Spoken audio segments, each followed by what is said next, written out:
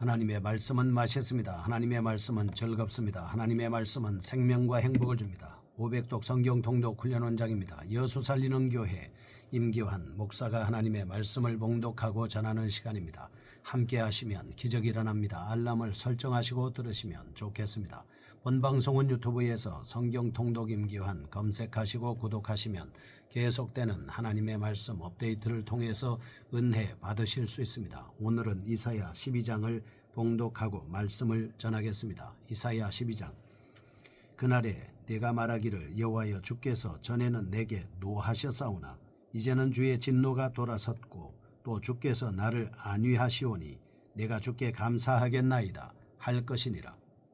보라, 하나님은 나의 구원이시라. 내가 신뢰하고 두려움이 없으리니 주 여호와는 나의 힘이시며 나의 노래시며 나의 구원이심이라.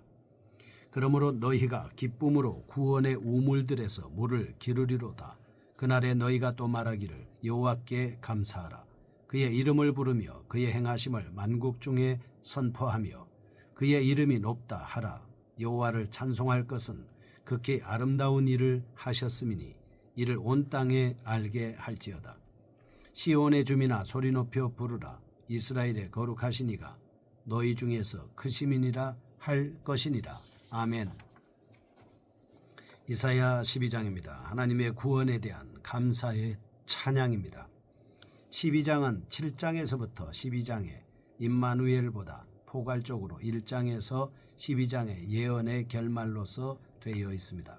2장 1절을 표제어로 하여 11장까지 기록된 일련의 예언들은 본장에 나타난 구원의 찬양으로 마감되고 있습니다. 그리고 이후에 나타나는 13장부터 23장에서는 문맥이 급격히 전환됩니다. 이스라엘의 주변국과 곧 열방을 향한 심판대에 대한 예언이 나타나고 있습니다. 12장은 11장과 함께 결론적으로 이스라엘을 향한 하나님의 구원을 부각시킵니다. 이스라엘에 대한 하나님의 계획은 심판이 아니라 구원임을 확증하고 있습니다. 이러한 하나님의 구원에 대한 찬송이 울려 퍼지는 12장은 4장과 마찬가지로 전체가 단 6절로 이루어진 짧은 장입니다. 1절에서 3절 구원에 대한 감사의 찬양이 언급되고 있습니다. 4절에서 6절 하나님의 구원을 온 세계가 알게 하도록 촉구하고 있습니다. 이 같은 구분은 형식적 구조에 의한 것입니다. 본장은 1절과 4절 그날에 너희가 말하기를 이란 고문의 직접 화법으로 표현된 두 감사 찬양의 단락을 이끌고 있습니다. 전반부는 내용적으로 내향성을 가지고 있습니다.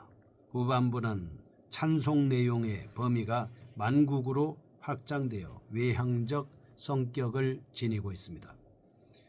한편 본장은 장차 이사야를 통해 주신 모든 구원의 약속이 이루어지는 날 이스라엘이 하나님께 드릴 찬송시에 해당되고 있습니다. 마치 전에 이스라엘이 출애굽을 할 때 홍해를 건넌 직후에 하나님의 구원에 감사하여 찬양을 드린 것처럼 이스라엘의 남은 자들은 하나님의 기적적인 역사로 귀환할 때 감사의 찬양을 드리게 될 것입니다. 이와 유사한 찬양시로는 사사기 5장 드보라와 바락이 하나님의 능력으로 가나안 왕 야빈의 군대 장관을 죽이고 물리쳤던 그 이후에 하나님 앞에 드렸던 노래가 있습니다. 사무엘라 22장 하나님께서 다윗을 그 모든 대적들과 사울의 손에서 구원하신 날에 드렸던 다윗의 찬양이 있습니다. 하나님의 구원을 경험한 사람들은 필연적으로 하나님을 향하여 영광을 돌리게 되어 있습니다. 이제 이사야가 이스라엘에게 감사의 찬양을 하도록 권면하는 이유에 대해서 좀 더 자세하게 살펴보겠습니다. 첫째, 5절입니다. 여호와를 찬송할 것은 극히 아름다운 일을 하셨음이니 이를 온 땅에 알게 할지어다 라고 하는 것입니다. 25장 1절에도 나와 있습니다. 이사야는 하나님께서 극히 아름다운 일을 행할 수 있기 때문에 찬양해야 된다라고 이렇게 역설하고 있습니다. 여기서 극히 아름다운 일이라는 말은 모든 예언인 7장에서부터 12장의 임마누엘의 예언을 토대로 생각해 볼 때 죄악에 빠져 심판받을 수밖에 없는 이스라엘을 구원하시기 위해 메시아께서 한 아기의 모습으로 오실 것과 이스라엘의 대적 아수르를 멸하시고 열방 중에 남아있는 이스라엘의 남은 자들을 불러 모으시고 공평과 정의로 통치하시는 것을 의미한다라고 이렇게 볼 수 있겠습니다. 하나님께서는 이런 사역을 통해서 이스라엘뿐만 아니라 온 인류를 구원하셨습니다. 그러므로 4절과 5절 그날에 너희가 또 말하기를 여호와께 감사하라. 그의 이름을 부르며 그의 행하심을 만국 중에 선포하며 그의 이름이 높다 하라. 여호와를 찬송할 것은 극히 아름다운 일을 하셨음이니 이를 온 땅에 알게 할지어다. 아멘 말씀했습니다. 이스라엘은 단지 하나님께 대한 감사의 끝일 것이 아니라 온 세계에 하나님께서 행하신 아름다운 일을 전파하라 라고 이렇게 요구받고 있습니다. 왜냐하면 하나님께서 이사야를 통해 예언하시고 성취하실 일은 시온의 기쁨이 될 뿐만 아니라 만국 백성에게도 동일한 기쁨이 될 것이기 때문입니다. 이와 같이 이스라엘의 하나님 여호와께서 만방 중에 알려지고 모든 민족들로부터 찬송을 받아야 한다는 사상은 구약 전체, 특히 선지서와 시편에 잘 나타나주고 있습니다. 본서 2장 1절에서 4절도 여호와의 구원의 도가 온 세계에 알려지게 된 것을 말하고 있습니다. 본서의 후반부에서도 더욱 자주 이에 대해 언급하고 있습니다. 그러므로 이사야는 메시아를 통해 인류의 구원을 완성하시는 하나님께 대해 찬양하라고 선포하는 것입니다. 그래서 우리는 예배 시간마다 찬양을 드리고 있죠. 둘째 3절입니다. 그러므로 너희가 기쁨으로 구원의 우물들에서 물을 기르리로다. 아멘. 이사야는 하나님께서 베푸신 구원을 통하여 참된 영적 만족을 얻을 수 있기 때문에 하나님을 찬양해야 한다라고 촉구하고 있습니다. 성경에서 구원은 자주 이사야 55장 1절, 예레미야 2장 13절, 17장 13절에서 물로 표현되고 있습니다. 계시록 22장 17절은 생명수에 비유되고 있습니다. 그런데 신약적 의미와 관련해 볼 때 구원의 우물은 오직 예수 그리스도뿐이라고 볼 수 있게 되는 것이죠. 예수님은 요한복음 7장 37절에 누구든지 목마르거든 내게로 와서 마시라 말씀하셨습니다. 요한복음 4장 14절, 요한복음 6장 35절, 54절은 마치 자신이 친히 구원의 샘물이 되심을 증거하셨습니다. 그리스도를 믿음으로 구원에 참여하는 자는 성령을 받게 되어 참된 영적 만족의 삶을 살게 되는 것입니다. 결국 이사야는 영혼의 참된 만족을 가져올 하나님의 구원 사역을 생각하면서 찬송하라고 요청하고 있습니다. 셋째 6절 이사야는 하나님께서 위대하신 분이시므로 찬양해야 한다라고 말씀합니다. 하나님은 거룩하고 의로우신 분입니다. 범죄한 백성을 심판하실 뿐만 아니라 자비와 긍휼을 베푸사 약속된 메시아를 보내시고 궁극적으로 위대한 구원을 베푸시는 분이십니다. 이와 같이 시온으로부터 온 세상 만민에게까지 자신의 구원을 확장시키신 하나님은 놀랍고 위대하신 분이십니다. 그러므로 선지자는 위대하신 하나님의 구원을 경험한 시온의 거민들이 마땅히 거룩하신 하나님의 크고 위대하심을 소리 높여 외쳐야 한다라고 말씀하고 있습니다. 우리는 이상과 같은 말씀을 통해서 하나님의 구원을 체험한 성도들은 당연히 하나님께 감사의 찬송을 드려야 함과 동시에 선교의 책임을 감당해야 한다는 점을 깨달을 수 있겠습니다. 하나님께서는 아브라함과 맺으신 언약을 철저히 지키시고 열방을 구원하시기 위한 계획을 점진적으로 구체화시켜 나가시는 겁니다. 그러므로 우리는 복음의 빚진 자로서 아직도 주의 구원을 모르는 이들에게 복음을 전파해야 하겠습니다.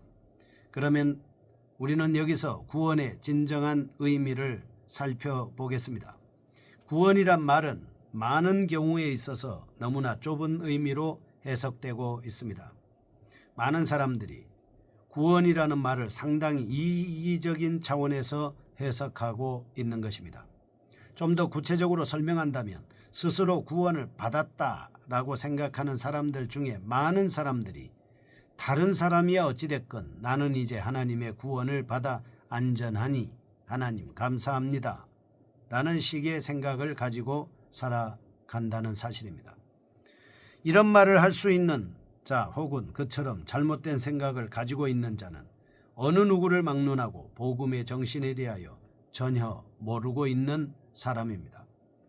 구원이란 말은 인간의 말 중에서 가장 넓은 의미를 담고 있는 말 중에 속합니다. 노예 해방이라는 말의 진정한 의미는 폭군이나 주인에 대한 복종의 의무에서 풀려나는 것이 아닙니다. 그것은 해방이라는 말의 소극적인 일면입니다. 해방의 진정한 의미는 우리에게 보장된 자유에 따르는 모든 책임을 다하기 위하여 노력을 기울이는 것이다 라고 하는 것이죠. 해방의 자유라고 하는 것도 중요하지만 자유를 얻고 해방된 사람은 거기에 상응하는 마땅한 책임을 지고 거기에 걸맞는 삶을 살아야 된다라고 하는 것을 의미하는 것입니다. 예속된 상태에서 해방됐습니다. 우리에게는 우리의 전 인격을 발전시킬 수 있는 기회가 주어졌다는 것이죠. 우리는 우리의 인격 중에 가장 숭고한 일면을 드러내 보일 수 있게 되는 것입니다. 그러나 만일 그렇게 하지 않으려면 자유로운 상태에 있는 것보다 차라리 예속된 상태에 놓여 있는 것이 더 낫습니다. 내게 주신 해방과 자유를 통해서 범죄하게 된다면 우리는 오히려 자유를 누리지 못하는 쪽이 훨씬 더 낫다 이렇게 볼 수 있겠죠. 구원이란 말의 진정한 의미도 그와 같습니다. 구원받은 자들은 남에게 자비롭고 친절하며 남을 위하여 걱정하는 너그러운 자들입니다. 아니 남을 위해 준다는 사실 자체만으로도 우리는 그 사람이 스스로 구원받았다는 사실을 깨닫고 있다라고 단정할 수 있겠습니다. 구원이란 죽음의 두려움과 공포에서 벗어나는 것만을 의미하는 것이 아닙니다. 생명과 자유 한가운데로 인도되어 남을 위하여 스스로 크고 작은 일들을 할 수 있다는 것을 말씀하고 있는 것이죠. 이사야 12장을 다시 한번 낭독하고 기도하겠습니다. 1절 그날에 내가 말하기를 여호와여 주께서 전에는 내게 노하셨으나 이제는 주의 진노가 돌아섰고 또 주께서 나를 안위하시오며 내가 주께 감사하겠나이다 할 것이니라. 보라 하나님은 나의 구원이시라. 내가 신뢰하고 두려움이 없으리니 주 여호와는 나의 힘이시며 나의 노래시며 나의 구원이시라. 그러므로 너희가 기쁨으로 구원의 우물들에서 물을 기르리로다. 그날에 너희가 또 말하기를 여호와께 감사하라. 그의 이름을 부르며 그의 행하심을 만국 중에 선포하며 그의 이름이 높다 하라. 여호와를 찬송할 것은 극히 아름다운 일을 하셨음이니 이는 온 땅에 알게 할지어다. 시온의 주민아 소리 높여 부르라. 이스라엘의 거룩하신 이가 너희 중에서 크심이니라 할 것임이라. 우리는 하나님이 나의 구원자이심을 알고 신뢰하고 두려움이 없는 삶, 주 여호와는 나의 힘이시며 나의 노래시며 나의 구원이심을 알고 하나님을 찬양하는 삶, 그의 이름을 만방에 선포하며 하나님을 찬송하며 아름다운 일을 온 땅에 전하는 삶, 이 삶을 살아야 하겠습니다. 거룩하신 하나님 아버지, 구원의 우물을 우리에게 제공해 주셔서 감사합니다. 목마르지 않는 구원의 역사 계속 전파하게 하여 주옵소서. 예수님의 이름으로 기도합니다. 아멘. 여수 살리는 교회 임기환 목사였습니다. 지금 극동방송을 듣게 하세요. 기적이 일어납니다. 우리는 지금 생명을 전하고 있습니다.